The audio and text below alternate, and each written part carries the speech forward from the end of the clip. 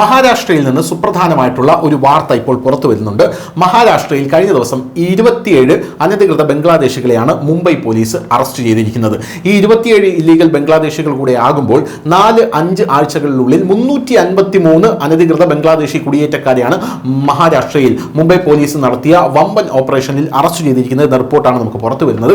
എന്നാൽ ഇപ്പോൾ വരുന്ന റിപ്പോർട്ടുകൾ അനുസരിച്ച് 827 ഏക്കർ ഭൂമിയാണ് ഇപ്പോൾ അനധികൃത ഭൂമിയാണ് ഇപ്പോൾ മഹാരാഷ്ട്ര സർക്കാർ പൂനെ ഡിസ്ട്രിക്റ്റിൽ തിരിച്ചു പിടിച്ചിരിക്കുന്നത് എന്നാണ് നമുക്ക് മനസ്സിലാക്കാൻ സാധിക്കുന്നത്. ഈ ഇല്ലീഗലായിട്ടുള്ള ബംഗ്ലാദേശികളുടെയും രോഹിംഗ്യകളുടെയും വലിയ താവളമായിരുന്നു ഈ പൊതുഭൂമി എന്നുള്ളതാണ് നമ്മൾ എടുത്തു പറയേണ്ട ഒരു കാര്യം എന്ന് പറയുന്നത്. ഇത് പിംപ്രി ചിഞ്ചുവാഡിലാണ് ഈ 4111 അനധികൃത കയ്യേറ്റ കേന്ദ്രങ്ങൾ 827 ഏക്കറിൽ പ്രവർത്തിച്ചിരുന്ന ഈ കയ്യേറ്റങ്ങൾ പൊളിച്ചു മാറ്റിയത് പൊതുഭൂമി തിരിച്ചു പിടിക്കാനും ക്രമസമാധാനം പുനഃസ്ഥാപിക്കാനുമുള്ള സർക്കാരിന്റെ ഭാഗമായിട്ടാണ് ഈ ഭൂമി തിരിച്ചു പിടിച്ചതെന്നാണ് നമുക്ക് മനസ്സിലാക്കാൻ സാധിക്കുന്നത്. യഥാർത്ഥത്തിൽ ഇവിടെ ഈ അനധികൃത കുടിയേറ്റക്കാരെ കയറ്റി താമസിപ്പിക്കൽ, പോലീസിന് പോലും അകത്തേക്ക് കയറാൻ പറ്റാത്ത ഒരു സാഹചര്യം, പോരാത്തതിന് വർഗീയ സംഘർഷങ്ങൾ എന്നിങ്ങനെയുള്ള പല കാര്യങ്ങളും ഇവിടെ നടക്കുന്നുണ്ട്.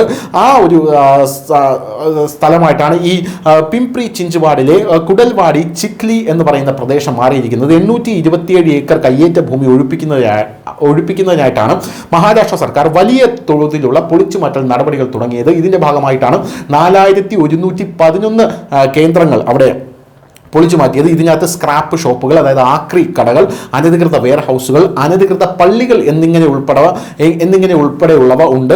പതിറ്റാണ്ടുകൾ പഴക്കമുള്ള അനധികൃത വാസസ്ഥലങ്ങളുടെ ശൃംഖലയാണ് ഇപ്പോൾ പൊളിച്ചു മാറ്റിയിരിക്കുന്നത് മഹാരാഷ്ട്ര സർക്കാർ എന്ന് പറയാതിരിക്കാൻ നിർവാഹമില്ല. മഹാരാഷ്ട്ര മലിനീകരണ നിയന്ത്രണ ബോർഡ് ചിംപ്രി ചിഞ്ചുവാഡ് മുനിസിപ്പൽ കോർപ്പറേഷനും നിരവധി മുന്നറിയിപ്പുകളും നോട്ടീസുകളും ഇവയ്ക്ക് കൊടുത്തിട്ടുണ്ട്. ഇവിടെ പ്രവർത്തിക്കുന്ന യാതൊരുവിധ കേന്ദ്രങ്ങൾക്കും തന്നെ ഒരു തരത്തിലുള്ള രേഖകളോ അല്ലെങ്കിൽ ഒരു തരത്തിലുള്ള കാര്യങ്ങളോ ഒന്നും തന്നെ ഇല്ല. അതായത് ഒരു തരത്തിലുള്ള സർക്കാരിന്റെ അംഗീകാരങ്ങളോ ഒന്നും തന്നെ ഇല്ലാതെയാണ് ഇവിടെ പ്രവർത്തിക്കുന്നത്. രാഷ്ട്രീയ ഇടപെടലുകൾ കാരണം മാത്രമാണ് വർഷങ്ങളായി നടപടിയെടുക്കാതിരുന്നത് എന്നുള്ളതാണ് ഇപ്പോൾ മഹാരാഷ്ട്ര സർക്കാർ പറയുന്നത്. അനധികൃത ബിസിനസ്സുകൾ പരസ്യമായി പ്രവർത്തിക്കുകയും സുരക്ഷാ ഭീഷണികൾ വർദ്ധിക്കുന്നതായും ഈ സ്ഥലത്തു നിന്നുമുള്ള റിപ്പോർട്ടുകൾ പുറത്തു വന്നിട്ടുണ്ട്. നിയമവിരുദ്ധ മേഖലയായി, സാമൂഹ്യ വിരുദ്ധരുടെ മേഖലയായി ഈ പ്രദേശം മാറുന്നു എന്നുള്ളതാണ് പ്രധാനപ്പെട്ട ഒരു കാര്യം എന്ന് പറയുന്നത്. 2024 ഡിസംബർ 8 അനധികൃത സ്ക്രാപ്പ് മാർക്കറ്റിലുണ്ടായ തീപിടുത്തം അവിടെ വലിയ രീതിയിൽ കോളിളക്കം സൃഷ്ടിക്കുന്നതായിരുന്നു. അനധികൃതമായ കയ്യേറ്റങ്ങൾ ഉയർത്തുന്ന അപകട സാധ്യതകൾ അന്ന് തന്നെ സർക്കാർ പറഞ്ഞതാണ്. ഈ പ്രദേശത്ത് പ്രതിവർഷം കുറഞ്ഞത് 8-10 തീപിടുത്തങ്ങൾ ഉണ്ടാകാറുണ്ട് എന്നുള്ളതാണ് നമുക്ക് മനസ്സിലാകുന്നത്. ബംഗ്ലാദേശികളും റോഹിംഗ്യൻ അനധികൃത കുടിയേറ്റക്കാരുമാണ് ഈ ബിസിനസ്സുകൾ നടത്തിയിരുന്നത് എന്ന ആരോപണവും ഉയർന്നിട്ടുണ്ട്. ഇത് ദേശീയ സുരക്ഷയെ പറ്റിയുള്ള ആശങ്കകളും ഈ സ്ഥലത്തെ പറ്റിയുള്ളത് ഉന്നയിക്കുന്നുണ്ട്. അതുകൊണ്ട് തന്നെയാണ് ഇപ്പോൾ ഈ സ്ഥലം 827 ഏക്കർ ഇപ്പോൾ ശുദ്ധീകരിക്കാൻ മഹാരാഷ്ട്ര സർക്കാർ തീരുമാനിച്ചിരിക്കുന്നത്. ഭൂമി കയ്യേറ്റം, ഗതാഗത കുരുക്ക്, വർഗീയ സംഘർഷങ്ങൾ, അങ്ങനെ കുറ്റകൃത്യങ്ങൾ വർദ്ധിച്ചു വരികയാണ് ഈ പ്രദേശത്ത്. അനധികൃത കുടിയേറ്റ കേന്ദ്രങ്ങൾ, ഭൂമി ജിഹാദ്, അതായത് ലാൻഡ് ജിഹാദ് പോലെയുള്ള ക്രിമിനൽ പ്രവർത്തനങ്ങളുടെ ഒരു കേന്ദ്രമായി ഈ സ്ഥലം മാറിയിട്ടുണ്ട്. കയ്യേറ്റക്കാർ പൊതു സ്വകാര്യ സ്വത്തുക്കൾ പിടിച്ചെടുക്കുന്നതായി ആരോപിക്കപ്പെടുന്നുണ്ട് ഇവിടെയുള്ള. കൂടാതെ വഞ്ചനാപരമായ പല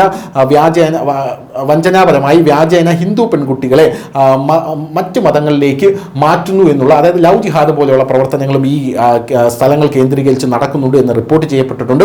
ഹിന്ദു ഘോഷയാത്രകൾക്ക് നേരെ കല്ലെറിയുകയും ഇന്ത്യൻ മുജാഹിദിന്റെ യാസിൻ ഭട്കൽ പോലുള്ള ഭീകര സംഘടനകളുമായി ബന്ധമുള്ള വ്യക്തികൾക്ക് അഭയം നൽകിയ സംഭവങ്ങളും ഈ പ്രദേശത്തു നിന്നും റിപ്പോർട്ട് ചെയ്യപ്പെട്ടിട്ടുണ്ട്. അപ്പോൾ ഇതിൻ്റെയൊക്കെ പശ്ചാത്തലത്തിലാണ് ഈ പ്രദേശത്ത് വലിയ രീതിയിലുള്ള ഒരു എൻക്രോച്ച്മെന്റ്സ് പൊളിക്കാനായിട്ട് സർക്കാർ തീരുമാനമെടുത്തത്. എന്നാൽ ഇവിടെ പ്രതിപക്ഷം ആരോപിക്കുന്നത് എന്ന് പറഞ്ഞു കഴിഞ്ഞാൽ 50,000 പേർക്കാണ് ഇവിടെ ജോലി നഷ്ടപ്പെട്ടത്. കൂടുതലും കുടിയേറ്റ തൊഴിലാളികളാണ് എന്നാണ് പ്രതിപക്ഷം പറയുന്നത്. മഹാരാഷ്ട്ര എന്നൊന്ന് മാത്രമല്ല, ഉത്തർപ്രദേശ്, ബീഹാർ, ഹരിയാന പോലുള്ള സ്ഥലത്ത് നിന്ന് ഇവിടെ ജോലിക്കായിട്ട് വന്ന കുടിയേറ്റ തൊഴിലാളികളാണ്.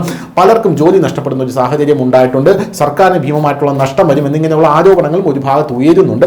എന്നിരുന്നാലും സർക്കാർ ഇത് പൊളിച്ചു മാറ്റുന്ന കാര്യങ്ങളുമായി മുന്നോട്ട് പോവുകയാണ് എന്നുള്ളതാണ് നമുക്ക് മനസ്സിലാക്കാൻ സാധിക്കുന്നത്. News desk, news India Malayalam.